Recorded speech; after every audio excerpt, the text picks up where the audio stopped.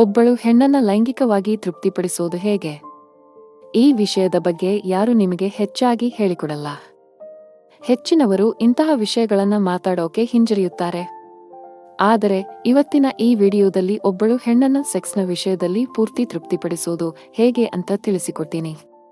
ನೀವು ನಮ್ಮ ಚಾನೆಲ್ಗೆ ಹೊಸೊಬ್ಬರಾಗಿದ್ದಾರೆ, ಚಾನೆಲ್ನ ಸಬ್ಸ್ಕ್ರೈಬ್ ಮಾಡಿ.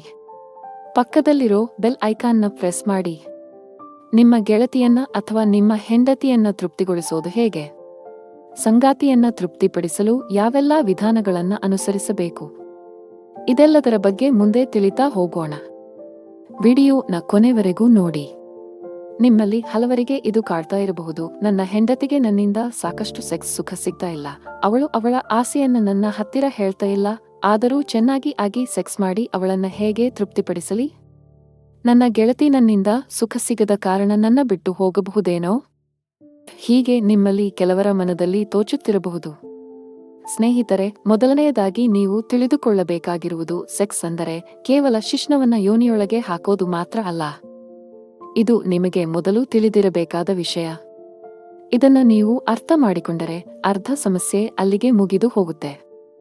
ಶಿಶ್ನವನ್ನು ಒಳಗೆ ಹಾಕಿ ಬೇಗ ಬೇಗ ಸೆಕ್ಸ್ ಮಾಡಿದ್ರೆ ಹೆಚ್ಚು ಸೆಕ್ಸ್ ಸುಖ ಸಿಗುತ್ತೆ ಅಂತ ಅಂದುಕೊಂಡಿದ್ದರೆ ಅದು ತಪ್ಪು. ಸಂಪೂರ್ಣ ಸೆಕ್ಸ್ ಸುಖ ಪಡೆಯೋಕೆ ಈ 3 ಹಂತಗಳು ಬಹಳ ಮುಖ್ಯ. ಮೊದಲನೆಯದಾಗಿ ಫೋರ್ ಪ್ಲೇ. ಎರಡನೆಯದಾಗಿ ಸೆಕ್ಸ್ ಅಂದ್ರೆ ಶಿಶ್ನವನ್ನ ಯೋನಿಯೊಳಗೆ ಹಾಕಿ ಮಾಡುವಂಥದ್ದು. ಮೂರನೆಯದು ಔಟ್ ಪ್ಲೇ. ಮೊದಲನೆಯದಾಗಿ ಫೋರ್ ಪ್ಲೇ. ಫೋರ್ ಪ್ಲೇ ಬಗ್ಗೆ ಅದಾಗಲೇ ವಿಡಿಯೋ ಮಾಡಿದ್ದೀನಿ. ಆ ವಿಡಿಯೋನ ನಿಮ್ಮ ಮೊಬೈಲ್ ಸ್ಕ್ರೀನ್ನ ಬಲಭಾಗದಲ್ಲಿರೋ ಐ ಬಟನ್ನ ಕ್ಲಿಕ್ ಮಾಡುವ ಮೂಲಕ ನೋಡಬಹುದು. ಒಬ್ಬಳು ಹೆಣ್ಣಿಗೆ ಸೆಕ್ಸ್ ಸುಖ ನೀಡುವಲ್ಲಿ ಫೋರ್ ಪ್ಲೇ ತುಂಬಾನೇ ಮುಖ್ಯ. ಯಾವುದೇ ಕಾರಣಕ್ಕೂ ಫೋರ್ ಪ್ಲೇ ಮಾಡದೆ ಸೆಕ್ಸ್ ಮಾಡಬೇಡಿ. ನಿಜವಾದ ಸೆಕ್ಸ್ ಸುಖ ಇರೋದು ಇಲ್ಲೇ. ಹೆಣ್ಣಿನ ಕತ್ತು, ಹಣೆ, ತುಟಿ, ಮೂಲೆಗಳು, ಮೂಲೆಯ ತೊಟ್ಟುಗಳು, ಹೊಟ್ಟೆ, ಚಂದ್ರನಾಡಿ, ತೊಡೆ, ಬೆನ್ನು, ಪಾದ ಹೀಗೆ ಈ ಭಾಗಗಳನ್ನ ಮುತ್ತಿಡುವುದು ಅಥವಾ ನಾಲಾಗೆಯಿಂದ ನಿಧಾನವಾಗಿ ಸ್ಟಿಮ್ಯುಲೇಟ್ ಮಾಡಿ. ಪ್ರೀತಿಯಿಂದ ಹೆಣ್ಣಿನ ಚಂದ್ರನಾಡಿ, ಮೊಲೆಯ ತೊಟ್ಟನ್ನ ಲಿಕ್ ಮಾಡಬಹುದು ಅಥವಾ ನೆಕ್ಕಬಹುದು. ಇದು ಹೆಣ್ಣನ್ನ ಸೆಕ್ಸ್ಗೆ ಅತಿ ಹೆಚ್ಚು ಉದ್ರೇಕಿಸುತ್ತೆ. ಇದೇ ರೀತಿ ಫೋರ್ ಪ್ಲೇ ಆಕೆ ನಿಮಗೂ ಮಾಡ್ತಾಳೆ. ಫೋರ್ ಪ್ಲೇ ಮಾಡುವಾಗ ನಿಮ್ಮ ಸಂಗಾತಿಯ ಚಂದ್ರನಾಡಿಯನ್ನ ಬೆರಳು ಅಥವಾ ನಾಲಗೆಯ ಸಹಾಯದಿಂದ ಉದ್ರೇಕಿಸಿ. ಅದೇ ರೀತಿ ಸೆಕ್ಸ್ ಮಾಡಿದ ಮೇಲೆ ಇನ್ನೊಂದು ಮುಖ್ಯ ವಿಷಯ ಏನೆಂದರೆ ಅದು ಔಟ್ ಪ್ಲೇ. ಸೆಕ್ಸ್ ಮಾಡಿ ಮುಗಿಸಿದ ಮೇಲೆ ಬೇಗ ಮೇಲೆದ್ದು ಬಟ್ಟೆ ಹಾಕಿಕೊಳ್ಳೋದು, ದೂರ ಹೋಗಿ ಮಲಗೋದು ಮಾಡಬೇಡಿ.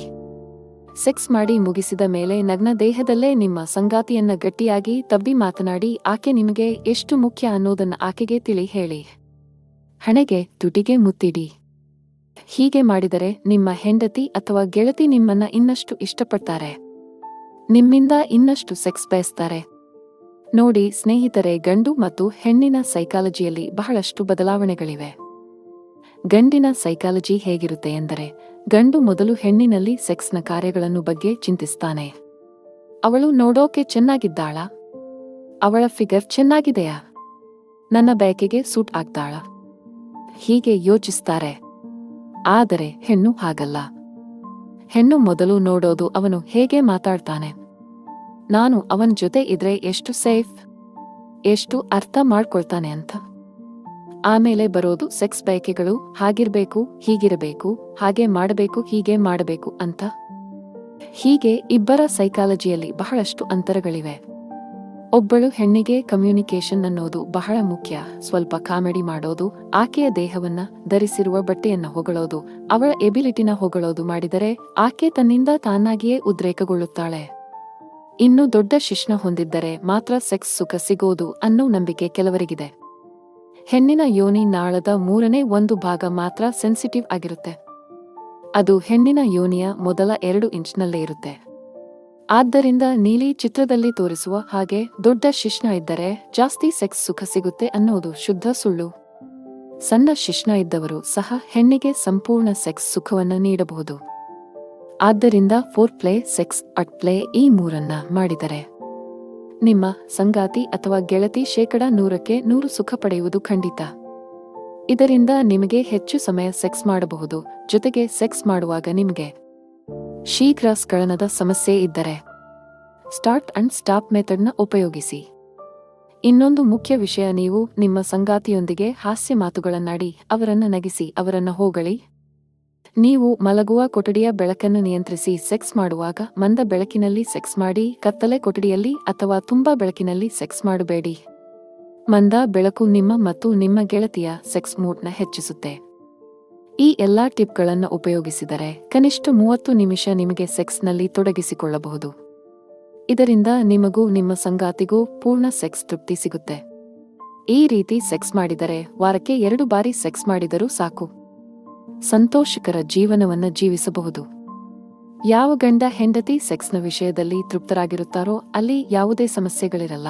ಸಮಸ್ಯೆಗಳಿದ್ದರೂ ಅದನ್ನ ಇಬ್ಬರೂ ಪ್ರೀತಿಯಿಂದ ಸಂತೋಷದಿಂದ ಮ್ಯಾನೇಜ್ ಮಾಡ್ತಾರೆ. ಎಲ್ಲವೂ ಸರಿ ಇರುತ್ತೆ. ಈ ಮಾಹಿತಿ ನಿಮಗೆ ಇಷ್ಟ ಆಗಿದ್ದರೆ ವಿಡಿಯೋನ ಲೈಕ್ ಮಾಡಿ, ಚಾನೆಲ್ನ ಸಬ್ಸ್ಕ್ರೈಬ್ ಮಾಡಿ. ಇನ್ನೊಂದು ಇಂಟ್ರೆಸ್ಟಿಂಗ್ ಮಾಹಿತಿಯೊಂದಿಗೆ ಮುಂದಿನ ವಿಡಿಯೋದಲ್ಲಿ ಮತ್ತೆ ಸಿಗ್ತೀನಿ. ಧನ್ಯವಾದ.